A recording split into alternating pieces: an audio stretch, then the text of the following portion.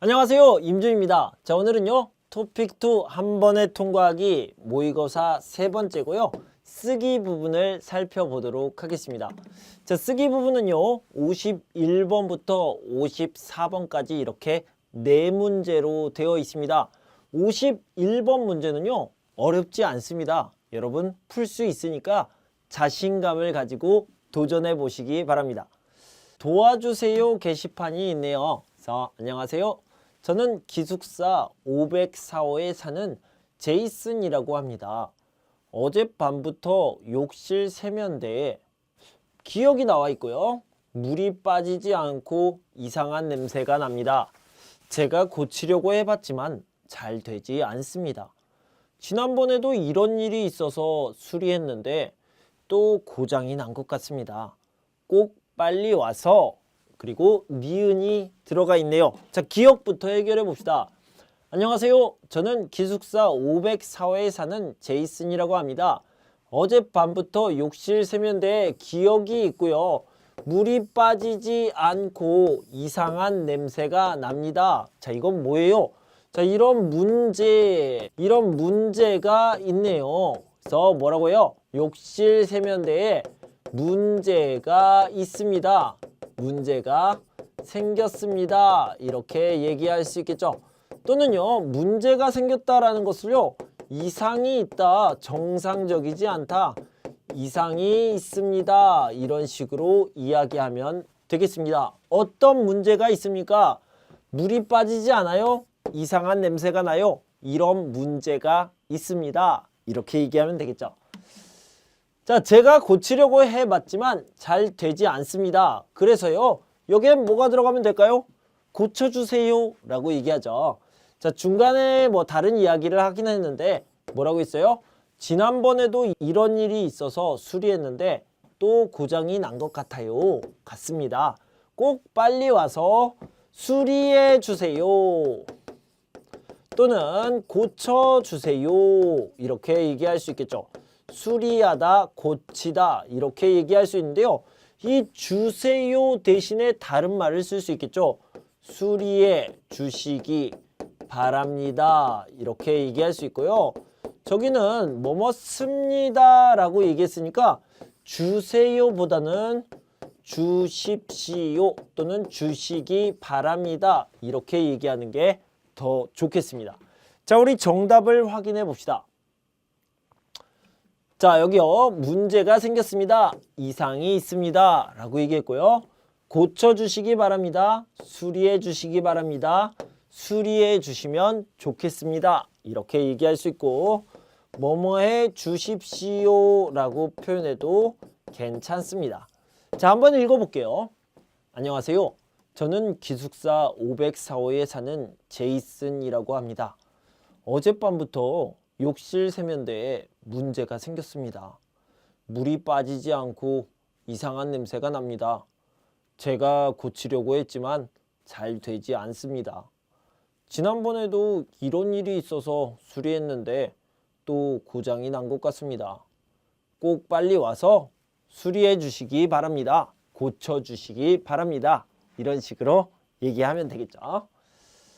자, 52번을 보도록 합시다. 자, 52번을 보기 전에요, 한국에는요, 웃으면 복이 와요, 이렇게 얘기하는 것들이 있습니다.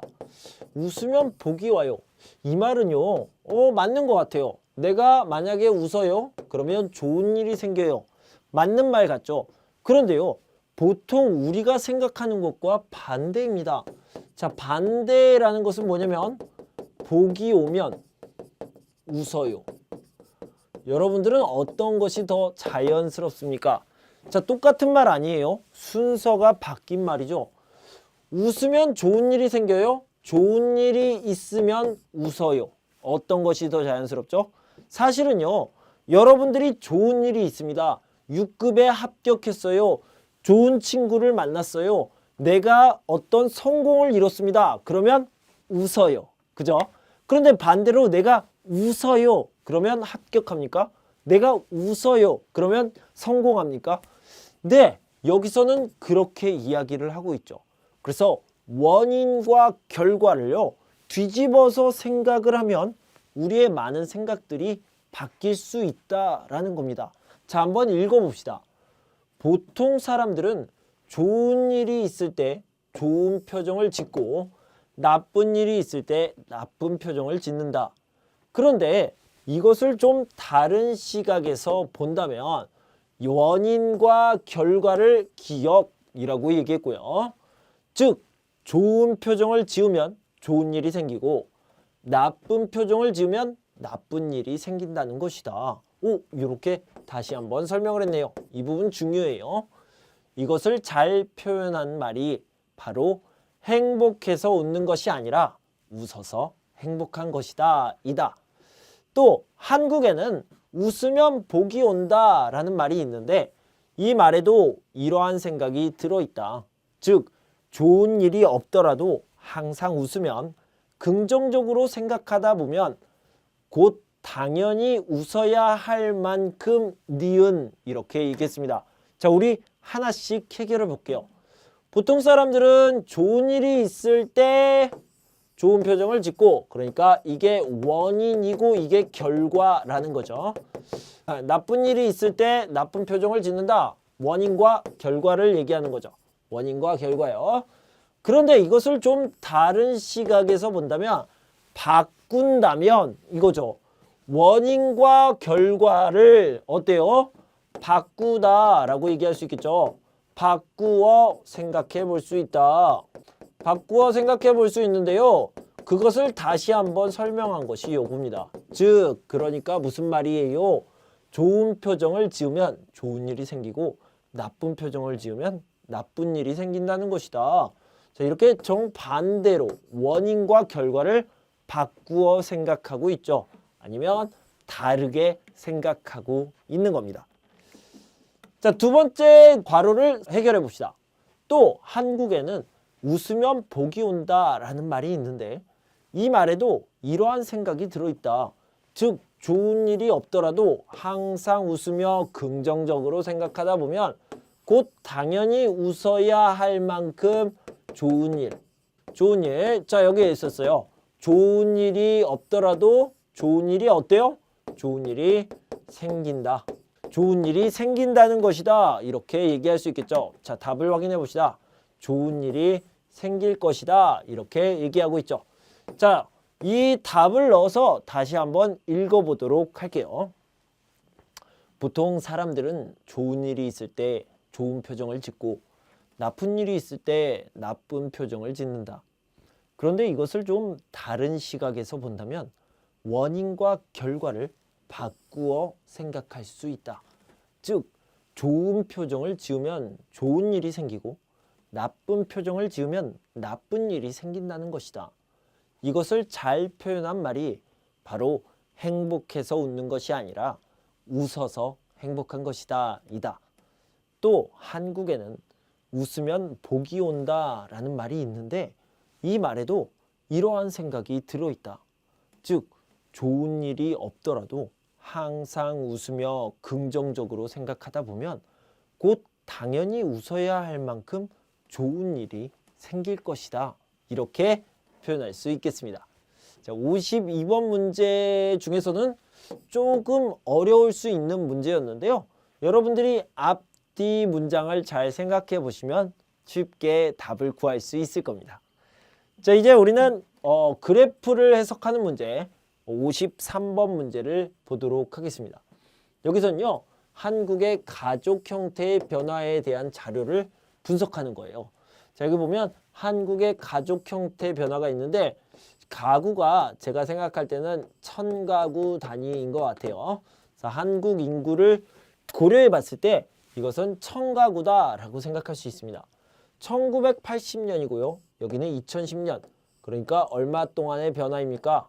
30년 동안의 변화를 얘기했습니다. 자, 어떤 변화가 있었는지 간단하게 이야기를 해볼 텐데요. 좀 크게 볼까요? 30년 동안의 변화인데 380에서 4142. 와, 1인 가구가요. 이렇게 10배보다 더 많이 늘어났네요. 굉장히 큰 특징을 가지고 있죠. 자, 5인 가구는 어때요? 이렇게 줄어들었네요. 많이 줄어들었습니다. 4인 가구는 좀 늘어났고요. 다른 가구들도 5배 이런 식으로 늘어났습니다. 여기는 3배, 여기는 뭐 2배 조금 넘게 늘어난 것 같네요. 가장 큰 특징은 1인 가구 그리고 2인 가구가 이렇게 많이 늘어났다라는 거죠. 전체적으로 다 늘어났고 5인 가구는 줄어드는 추세죠. 그만큼 자녀들이 줄어들고 있다라는 얘기가 되겠습니다. 자, 결혼 연령의 변화도 살펴봐야 되는데요. 자, 여기는 남자 그리고 여기는 여자입니다. 둘 다 어떻습니까? 이렇게 올라가고 있습니다. 결혼을 많이 하는 건가요? 아니요. 연령의 변화입니다. 옛날에는 남자가 28.6세에 결혼을 했는데 요즘은 32.3세, 그러니까 4살이나 더 많아졌죠. 결혼하는 시기가 늦어진 겁니다. 자, 여자는 25.8세에서 30.7세로 5살이나 많아졌습니다. 그러니까 5년이나 늦게 결혼하는 거죠. 결혼 연령이 늦어졌다. 결혼하는 시기가 늦어졌다. 이렇게 표현할 수 있겠습니다. 자, 그런데 이렇게 1인 가구가 급증한 이유 그리고 가족 형태가 이렇게 변화한 원인에 대해서 이야기를 해야 되는데요. 여기를 보면 결혼 연령이 변화됐습니다. 이렇게 늦게 결혼해서 출산율이 저하되었다라는 얘기를 해야 되고요. 사회의식이 변화되었다. 그래서 독신주의자가 증가했습니다. 자, 무슨 뜻입니까? 사람들이요, 결혼을 꼭 해야 된다고 생각했던 게 옛날이고요. 지금은요, 결혼을 해도 되고 안 해도 돼요. 이렇게 생각하고 있는 거죠. 그래서 사회의식이 변화되면서 독신주의자가 증가했다. 이렇게 생각할 수 있습니다. 자, 고령화는 뭐예요? 할아버지, 할머니가 많아졌다라는 얘기죠. 그래서 혼자 사는 할아버지, 혼자 사는 할머니가 많아졌고요. 또는 자식들이 다 분가를 했어요. 독립을 했어요. 노인부부가 증가했습니다. 노인부부는 2인 가구가 될 거고요. 독거노인은 1인 가구가 되는 거죠. 그래서 1인 가구와 2인 가구가 폭발적으로 늘어나게 된 겁니다. 자, 우리 하나씩 분석하면서 가봅시다. 가구원 수가 이렇게 변화되었습니다. 그래서 1980년과 2010년을 비교를 하면요. 1인 가구가 10배, 2인 가구가 5배 이렇게 늘어났고요. 5인 가구는 줄어들었습니다. 그래서 1인 가구 수가 급증했다라는 것을 이렇게 표현해 봤습니다. 한국의 가구 수 변화를 살펴보면 5인 이상 가구가 3,974가구로 가장 많았던 1980년대와 달리 2010년에는 1인 가구와 2인 가구가 크게 늘었음을 알 수 있다. 특히 1인 가구는 1980년 383가구에서 2010년 4,142가구로 10배 이상 증가했다. 자, 1인 가구가 이런 큰 특징을 가지고 있으니까 한 번 더 설명을 해줍니다. 자, 그리고요, 이게 빠져 있는데 결혼 연령이 변화되었다. 결혼 시기가 늦었다. 자, 써봅시다. 결혼 연령 변화라고 해서 이것을 좀 다르게 표현했어요. 방금 제가 얘기한 것처럼 결혼 시기, 결혼하는 시기 다 괜찮아요. 결혼 시기가 늦어졌다. 이렇게 얘기했습니다. 자, 결혼 시기가 늦어지면서 어떤 일이 생겼습니까? 출산율이 저하됐습니다. 저하라는 말은요, 더 적어졌다라는 의미입니다. 자, 그리고요, 이 원인에 대해서 바로 얘기해 봅시다. 또한 사회의식이 변화함에 따라 독신주의자가 증가했고요. 고령화 때문에 1인 가구와 2인 가구, 즉 독거노인과 노인부부, 그것이 증가했다는 것도 또 다른 원인으로 볼 수 있다. 이렇게 얘기할 수 있겠습니다. 자, 우리 전체적으로 한번 살펴보도록 하겠습니다. 한국의 가구 수 변화를 살펴보면 5인 이상 가구가 3,974가구로 가장 많았던 1980년대와 달리 2010년에는 1인 가구와 2인 가구가 크게 늘었음을 알 수 있다. 특히 1인 가구는 1980년 383가구에서 2010년 4142가구로 10배 이상 증가했다. 한편 결혼 연령은 이 부분 잘 보세요. 아까 제가 써드리지 못했는데요.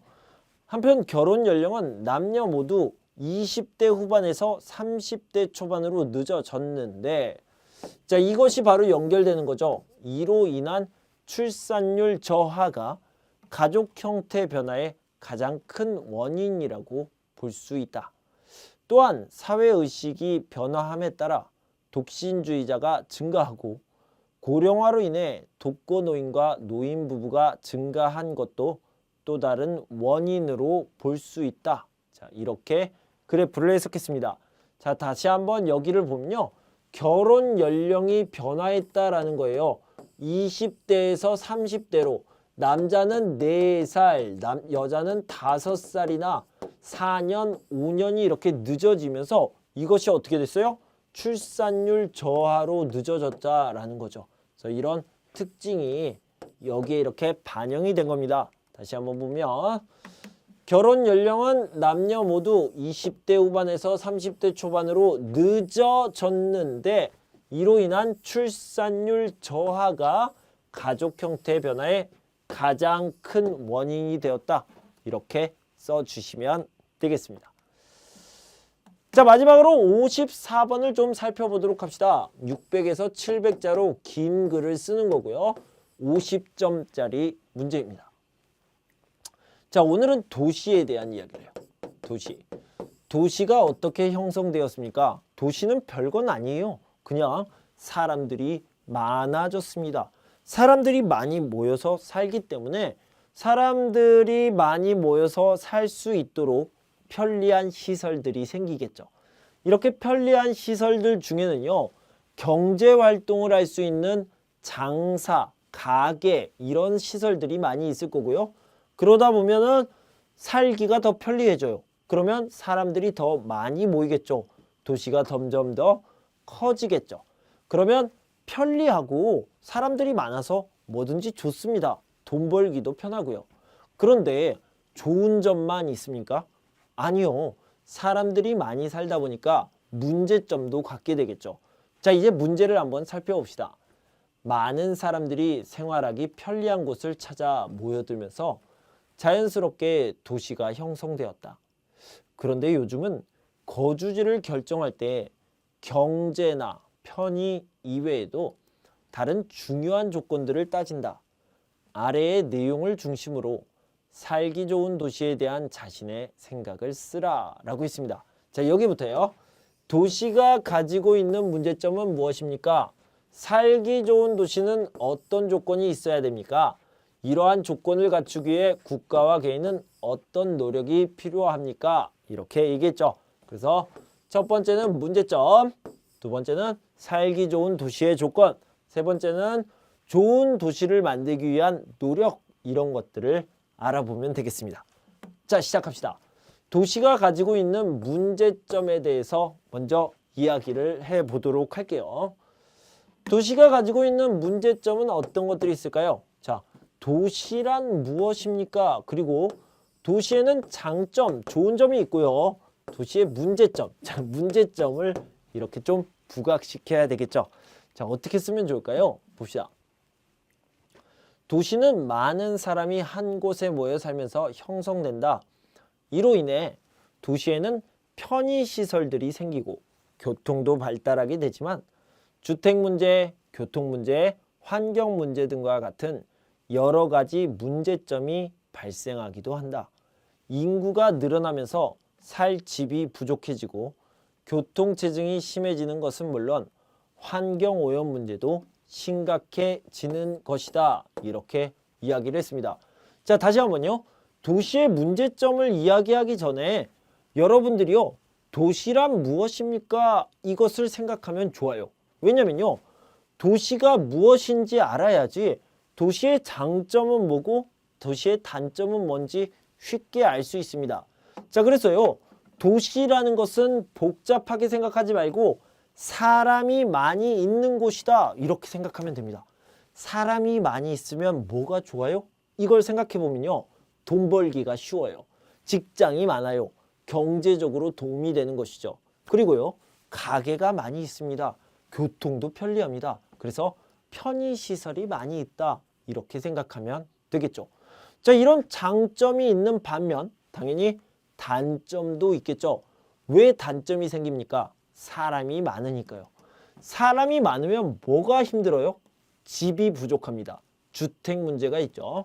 자, 그다음에 사람이 많이 있으면 시끄러워요. 소음 문제가 있죠. 사람이 많이 있으면 차가 막혀요. 교통 문제가 있겠죠. 사람이 많이 있으면요. 쓰레기가 많아집니다. 물이 더러워져요. 그래서 환경 문제가 발생할 수 있다. 자, 여러분들이 충분히 생각할 수 있는 것들을 이렇게 정리한 겁니다. 그래서 여러분들이요. 머릿속에 정리한 다음에 써보세요. 직접 써보시면 도움이 많이 될 겁니다. 자, 그다음에요. 살기 좋은 도시 어떤 도시입니까? 자, 이런 많은 문제점들을 극복을 해야 되는데 어떤 조건이 가장 좋겠습니까? 자, 어떤 조건이 중요할까요? 돈 많이 벌어야 됩니까? 경제, 교통이 편리해야 됩니까? 아니면 치안이 뭐예요? 도둑, 강도, 살인 이런 범죄가 많은 것이 안 좋죠. 이 안전이라는 것은 치안이라고 얘기합니다. 경찰들이 도둑들을 잘 잡고 있습니까? 안전합니까? 요즘은요. 치안에 대해서 어떻게 이야기하고 있냐면 밤 10시가 됐습니다. 밤 10시가 됐는데 여러분들이 편의점에 가서 음료수를 사서 다시 집으로 돌아옵니다. 그런데 안전할 가능성, 그러니까 문제가 없을 가능성이 얼마나 됩니까? 그런 의미에서 서울은 치안이 잘 되어 있다고 보더라고요. 그러니까 안전한지, 범죄로부터 안전한지를 이야기하고 있죠. 자, 그다음에 편의시설이 많이 있습니까? 환경이 괜찮습니까? 자연환경이 좋습니까? 문화가 있습니까? 교육시설이 있습니까? 여러 가지가 있겠죠. 그런데 이 모든 조건을 다 쓸 수 없어요. 그래서 선생님은 세 가지만 한번 추려봤습니다. 세 가지를 선택했는데요. 저는 역시 안전이 중요하다고 생각을 했어요. 그리고요. 환경도 중요하다고 생각했고요. 문화 부분도 중요하다고 생각했습니다. 자, 구체적인 부분은 다음에서 알아봅시다. 자, 이 치안이라는 것은 방금 이야기했던 대로 범죄로부터 안전한 것을 이야기하는 거죠. 도둑, 강도, 살인 이런 것들로부터. 자, 읽어볼게요. 그렇다면 좋은 도시란 무엇일까? 대부분 좋은 도시라 하면 기술이 발달하고 경제력을 갖춘 도시를 떠올릴 것이다. 하지만 살기 좋은 도시의 조건을 묻는다면 조금 달라진다. 먼저 살기 좋은 도시는 치안이 보장된 곳이다. 정치적 분쟁이 계속되거나 범죄로부터 안전을 보장받지 못한다면 안심하고 살 수 없기 때문이다. 자, 좋은 도시, 잘 사는 도시 이런 것이 아니라요. 살기 좋은 도시. 그러니까 내가 생활하기에 좋은 도시는요. 안전이 제일 중요하겠죠. 내가 안전하고 가족들이 안전한 것이 가장 중요하다는 겁니다. 자, 두 번째는 환경입니다. 살기 좋은 도시의 두 번째 조건은요. 쾌적한 주변 환경입니다. 환경이 깨끗하지 않으면 만약에 주변에 쓰레기가 많이 있다거나 아니면 보기 안 좋은 시설들이 있다면 살기가 좋겠어요? 아니죠. 항상 불쾌하겠죠. 그래서 환경이 깨끗하지 못한 곳에서 살면 몸도 마음도 건강할 수 없기 때문이다. 그래서 환경도 아주 중요하다는 겁니다. 자, 마지막엔 무엇입니까? 문화 부분이 굉장히 중요하다고 생각합니다. 자, 어떤 도시에 가든지 그 도시만의 고유의 오리지널 문화가 있습니다. 그래서 그런 문화가 발달하거나 문화가 독특한 곳이면 좋겠습니다. 그것이 하나의 중요한 조건이라고 생각하고요. 꼭 그 도시만의 문화가 아니라 여러 문화가 섞여서 융합된 문화 이런 것들이 있어도 굉장히 멋있을 것 같아요. 제가 선택한 것은요, 문화 부분입니다. 끝으로 살기 좋은 도시는 문화가 발달한 도시이다. 이때 문화란 도시 고유의 특성만을 의미하는 것이 아니다. 다른 지역 또는 타국의 다양한 문화까지도 존중받는 곳이야말로 진짜 좋은 도시라 할 수 있다. 그러니까 그 도시만의 고유한 문화가 있고요. 다른 곳으로부터 온 문화도 존중받을 수 있는 그 정도의 수준, 의식 수준이 있어야 된다는 거죠. 자, 마지막으로는요, 이런 것들이 있습니다.